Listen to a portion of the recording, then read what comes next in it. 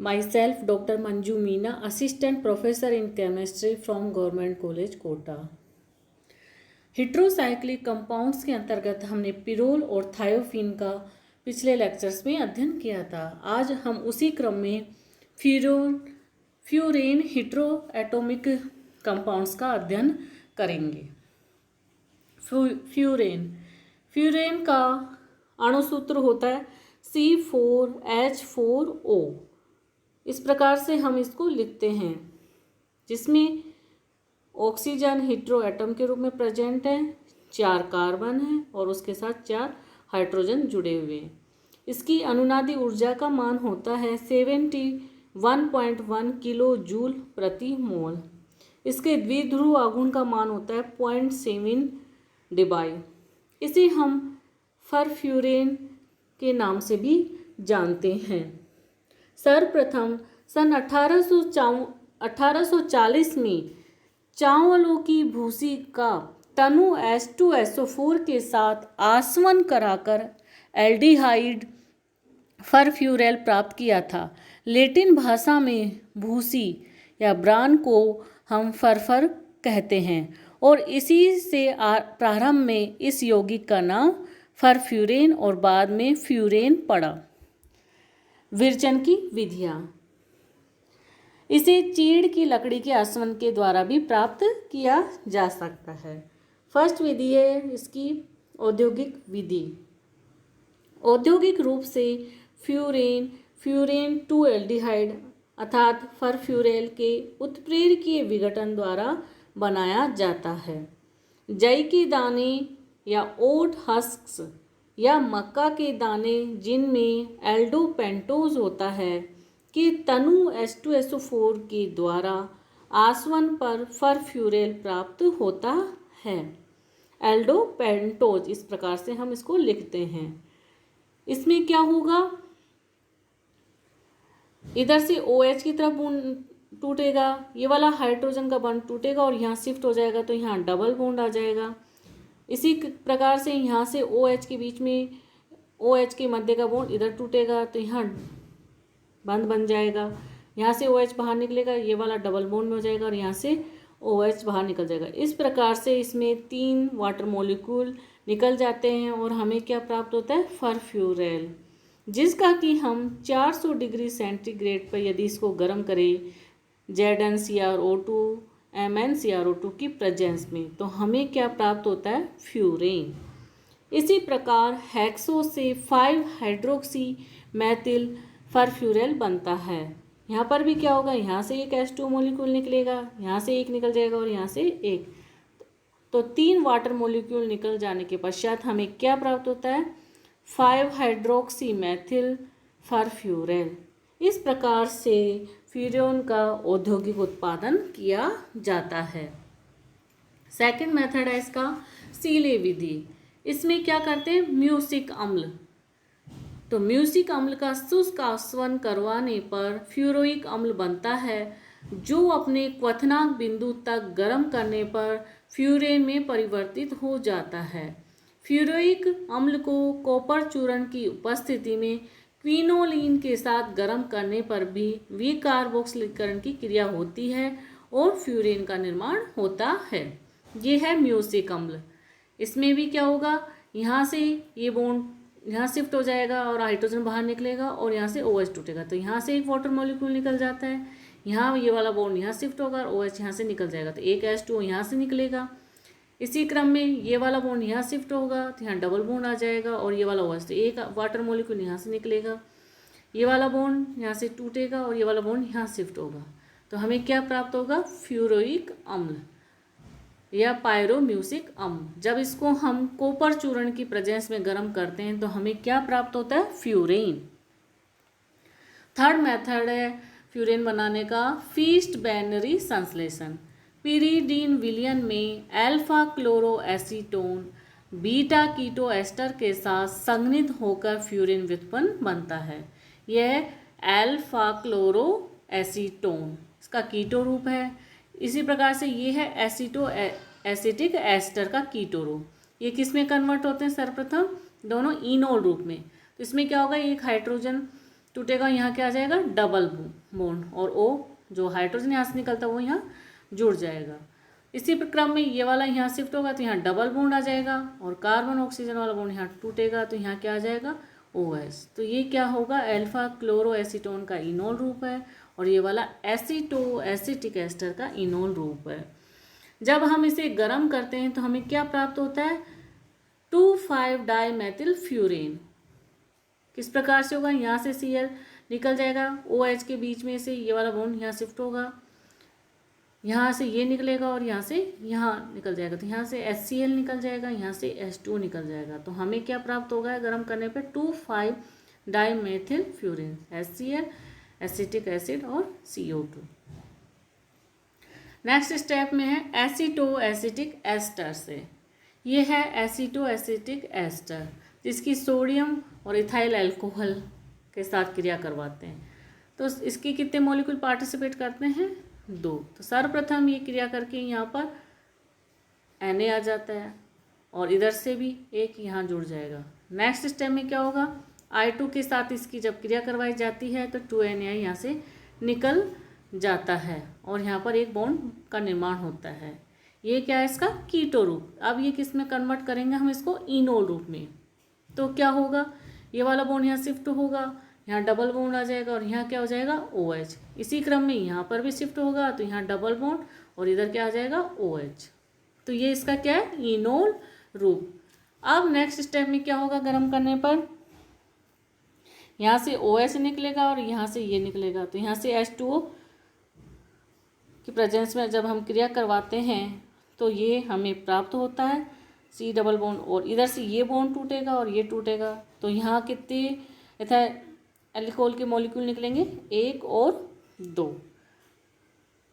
अब इसको हम गर्म करें तो यहाँ से क्या निकल जाती है, CO2 गैस। तो हमें क्या प्राप्त होता है, 2,5 डाईमेथिल फ्यूरेन। नेक्स्ट विधि है इसको संश्लेषण करने की, पोर-नॉर संश्लेषण। 1,4 डाइकार्बोनिल यौगिकों को जब H2SO4, ZnCl2, P2O5 आदि निर्जलीकारक फ्यूरेन में परिवर्तित कर देते हैं। ये है 1,4 डाई कीटोन। ये वाला बॉन्ड यहाँ शिफ्ट होगा, ये यहाँ होगा, ये वाला यहाँ शिफ्ट होगा डबल बॉन्ड, ये H यहाँ जाएगा, तो ये किस में कन्वर्ट हो रहा है, इनोल रूप में। चलावयवता पाई जाती है इसमें। अब इसको यदि हम फास्फोरस पेंटाऑक्साइड की प्रेजेंस में गर्म करें तो एक वाटर मॉलिक्यूल यहाँ से निकल जाता है, और हमें क्या प्राप्त होता है, 2,5 डाईमेथिल फ्यूरेन। नेक्स्ट मेथड है सक्सिनेल्डिहाइड से। यह है सक्सिनेल्डिहाइड का कीटो रूप। ये पहले किस में कन्वर्ट होगा, इनोल रूप में। ये वाला बॉन्ड यहाँ शिफ्ट होगा, यहाँ double bond, C double bond यहाँ पर टूटेगा तो ये वाला H यहाँ हो जाएगा, तो यहाँ OH। इसी प्रकार से यहाँ डबल बॉन्ड आ जाएगा और यहाँ OH हो जाएगा। अब इसको यदि हम फास्फोरस पेंटाऑक्साइड के प्रेजेंस में गर्म करें तो हमें क्या प्राप्त होता है, फ्यूरेन। नेक्स्ट है इसके भौतिक गुण, फिजिकल प्रॉपर्टीज। यह एक रंगहीन द्रव होता है और फ्यूरेन का क्वथनांक होता है 32 डिग्री सेंटीग्रेड। फ्यूरेन जल में अविलय है किंतु अल्कोहल एवं ईथर में विलयशील होता है। इसमें से विशिष्ट क्लोरोफॉर्म की गंध आती है। इसके द्विध्रुव आघूर्ण का मान 0.7 डिबाई होता है। यदि हम HCl से भीगी हुई लकड़ी की चीपी को फ्यूरेन की वाष्प के संपर्क में लाए तो यह हरे रंग की हो जाती है। नेक्स्ट है इसकी संरचना एवं एरोमेटिकता।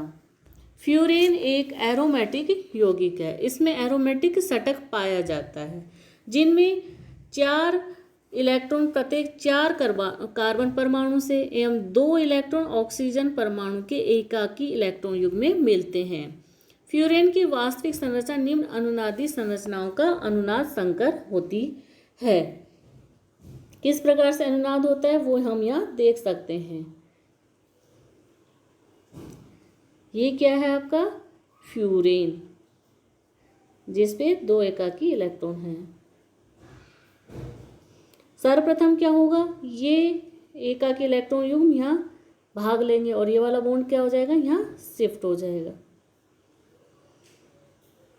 तो इस प्रकार से इसकी अनुनादी संरचना बनती है। ऑक्सीजन पे क्या आ जाएगा, प्लस आवेश, और यहाँ क्या हो जाएगा, एक बंध बन जाएगा, और यहाँ क्या आ जाएगा, माइनस चार्ज, जो कि 2 इलेक्ट्रॉन है। नेक्स्ट स्टेप में क्या होगा, ये यहाँ शिफ्ट हो जाएंगे और ये वाला बॉन्ड यहाँ से टूट जाएगा इस प्रकार से। तो किस प्रकार से संरचना प्राप्त होगी वो हम यहाँ देखें। ऑक्सीजन पे तो पहले से ही प्लस चार्ज होगा और यहाँ बॉन्ड है ऑलरेडी। जब ये वाला बॉन्ड यहाँ होगा तो यहाँ क्या आ जाएगा, डबल बॉन्ड, और ये वाला हम तोड़ा तो यहाँ क्या चार्ज आ जाएगा, माइनस चार्ज। नेक्स्ट स्टेप में क्या होगा, ये यहाँ बॉन्ड बना लेगा और ये वाला बॉन्ड टूट जाएगा, तो फिर एक अनुनादी संरचना हमें मिलेगी।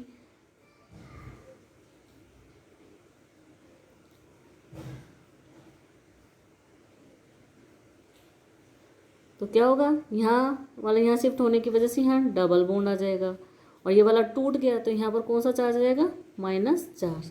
नेक्स्ट स्टेप में क्या होगा, ये वाला बॉन्ड यहाँ शिफ्ट होगा और ये वाला यहाँ से टूट जाएगा, तो क्या बनेगी अनुनादी संरचना,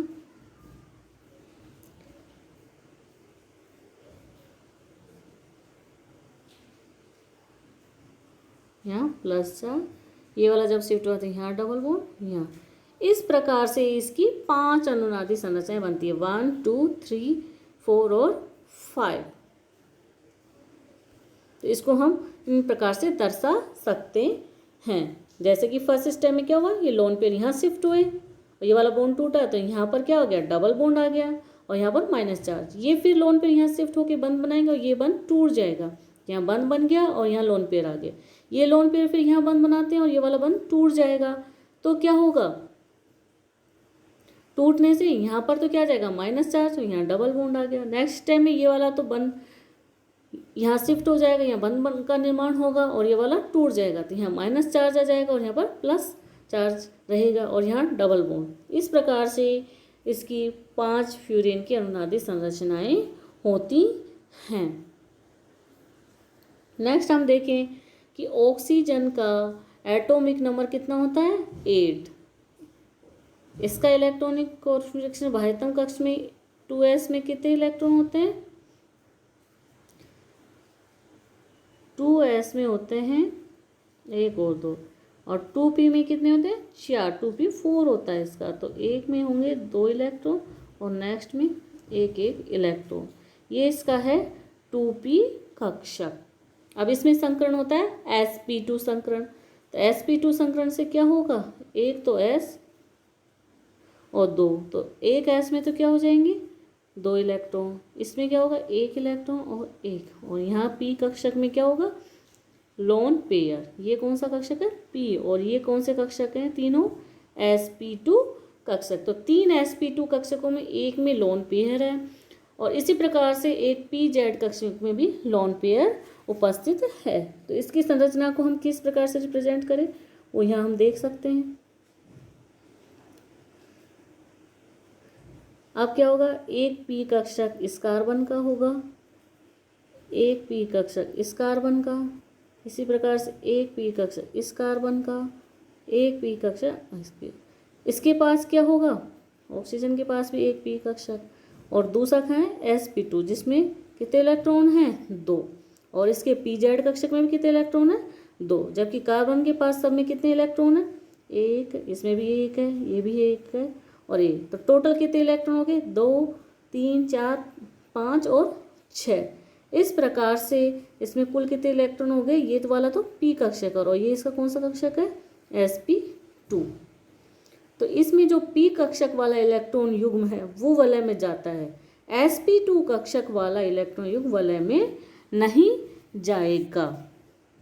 तो फ्यूरेन की अनुनादी संरचनाओं एवं फ्यूरेन की अनुनादी संकर ऊर्जा का अंतर कितना आ रहा था, 71.1 किलो जूल प्रति मोल, अर्थात फ्यूरेन की अनुनाद ऊर्जा का मान 71.1 किलो जूल प्रति मोल होता है, जो बेंजीन की अनुनाद ऊर्जा से कम है। अतः यह बेंजीन की तुलना में कम स्थायी होता है। आणविक कक्षक सिद्धांत के आधार पर भी फ्यूरेन के एरोमेटिक लक्षण को समझाया जा सकता है। इस सिद्धांत के अनुसार फ्यूरेन के चारों कार्बन परमाणु 1, 2, 3 और 4 ये चारों कार्बन परमाणु एवं एक ऑक्सीजन परमाणु sp2 संकरित अवस्था में होते हैं। बेंजीन की भांति अतिव्यापन द्वारा CH एवं CO सिग्मा बंध बनाते हैं। इस प्रकार की स्थिति में प्रत्येक कार्बन परमाणु पर एक असंकरित p कक्षक में एक अयुग्मित इलेक्ट्रॉन होता है। ये pz कक्षक है जिसमें एक एकाकी इलेक्ट्रॉन होता है। ये और ऑक्सीजन में एकाकी इलेक्ट्रॉन युग्म उपस्थित होता है। ये समपार्श्वी अतिव्यापन कर पाई बंध का निर्माण करते हैं। सभी 6 पाई इलेक्ट्रॉन फ्यूरेन वलय में क्या होते हैं? विस्थानीकृत या उनका डीलोकलाइजेशन होता रहता है। इस प्रकार से फ्यूरेन की एक समतलीय संरचना का निर्माण होता है जिसमें कार्बन और ऑक्सीजन की बंध लंबाई कितनी होती है? 1.43 एंगस्ट्रॉम। फ्यूरेन के ऑक्सीजन परमाणु पर धनावेश पिरोल व नाइट्रोजन की तुलना में कम शीघ्रता से आ पाता है। अतः पिरोल की तुलना में फ्यूरेन कम क्रियाशील होता है। Thank you.